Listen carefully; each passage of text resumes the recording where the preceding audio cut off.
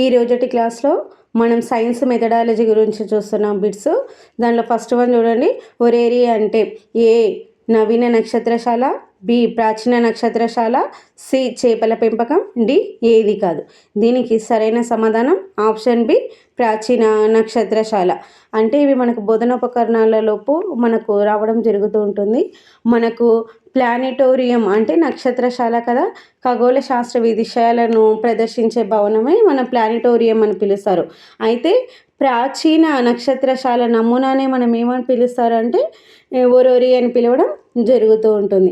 ఇవే కాకుండా మనకి ఇంకా హెర్బేరియము, అక్వేరియము, వైవేరియం, టెరేరియం అనేటివి కూడా ఉంటాయి. ఇవి మనకు జతపరచంలాగా ఇచ్చి వాటిని మ్యాచ్ చేయడానికి కూడా మనకు బిట్స్ వచ్చే ఛాయిస్ ఉంటాయి. కాబట్టి వీటి మీనింగ్స్ కూడా తెలుసుకుంటే బాగుంటుంది. హెర్బేరియం అంటే మొక్కలని కొంత భాగాన్ని కానీ సేకరించి ఎండబెట్టి భద్రపరిచే మొక్కల ఆల్బానే మనం ఏమంటాము, హెర్బేరియం అని పిలుస్తాము.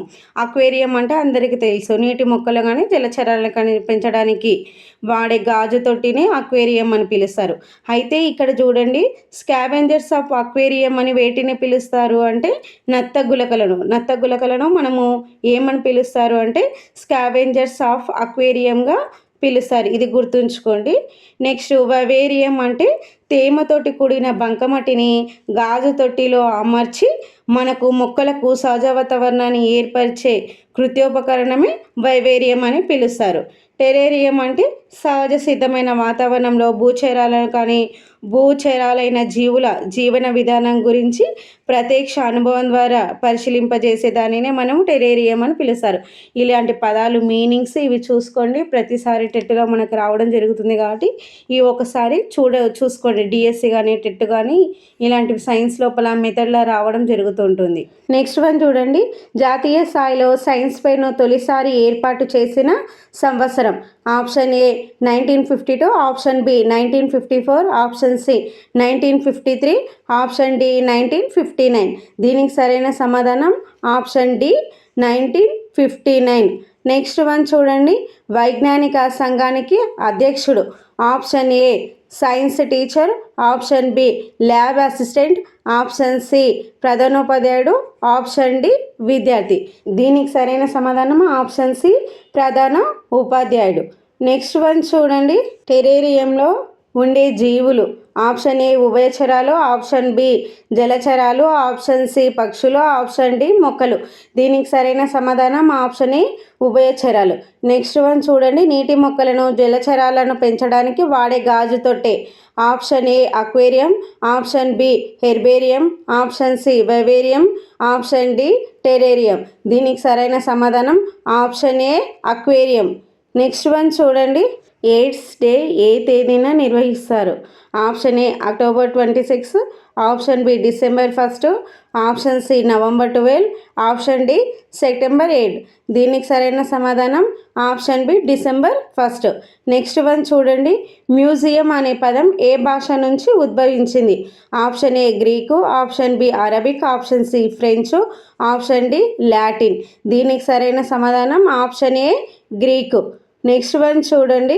విద్యను త్రిధ్రువ ప్రక్రియగా వర్ణించిన వారు. Option A Plato, option B Aristotle, option C Darwin, option D Dewey. దీనికి సరైన సమాధానం option D Dewey. Next one చూడండి.